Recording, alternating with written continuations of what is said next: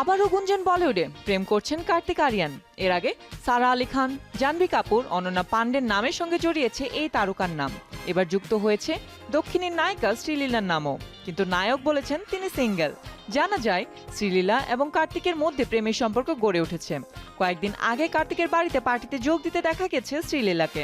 কার্তিকের মা নাকি ভালোভাবে মেনে নিয়েছেন এই সম্পর্ক। সম্প্রতি উত্তরবঙ্গে ও সিকিমে শ্রীলীলার সঙ্গে শুটিং করছেন কার্তিক। সেখানকার ছোট ছোট ভিডিও ছড়িয়ে পড়েছে সমাজ মাধ্যমে। সেখানে শ্রীলীলা ও কার্তিকের ক্যামেরার পেছনের রসায়ন দেখে দুয়ে দুয়ে চার মেলাতে ব্যস্ত অনুরাগীরা। তবে সেই সব জল্পনা উড়িয়ে দিয়েছেন অভিনেতা। তিনি জানান ব্যক্তিগত জীবন নিয়ে আরও সচেতন হতে চান। একই সঙ্গে তিনি মনে করিয়ে দিতে চান তিনি এখনও সিঙ্গেল।